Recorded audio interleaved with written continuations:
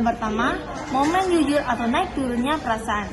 Coba ceritakan satu momen paling seru yang paling bikin kayak yes berhasil gitu selama proses membutuhkan film ini. Bisa saat diskusi, ide, syuting, atau editing. Lalu ceritakan juga satu momen yang paling bikin pusing 7 keliling atau hampir bikin kalian putus asa. Apa yang kamu rasakan dan pelajari dari dua momen kontras itu?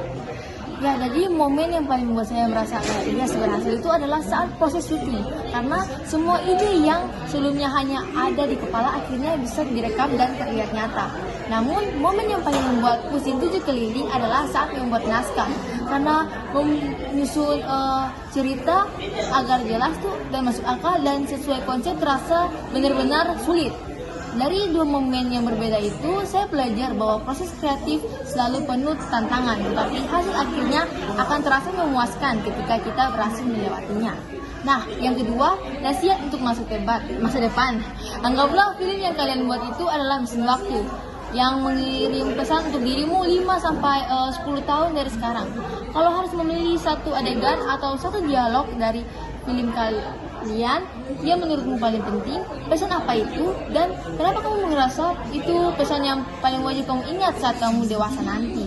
Nah, nasihat untuk masa depan, jika film ini menjadi mesin waktu, adegan atau dialog yang paling penting menurut saya adalah pesan tentang pentingnya berpikir sebelum mengambil keputusan soal uang. Pesan itu penting untuk saya ingat saat dewasa nanti supaya saya tidak sembarangan mengatur keuangan dan bisa membuat pilihan yang lebih bijak untuk masa depan. Dan yang ketiga, dulu versus sekarang.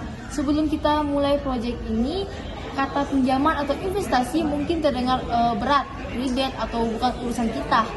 Nah, setelah mengalami sendiri proses riset, diskusi, dan menciptakan cerita film ini, apa sih satu hal yang paling berubah dalam pandanganmu soal mengelola uang untuk masa depan? Nah, sebelum memulai proyek ini, saya tuh ngerasa kayak pinjaman itu atau investasi itu rumit dan bukan urusan saya.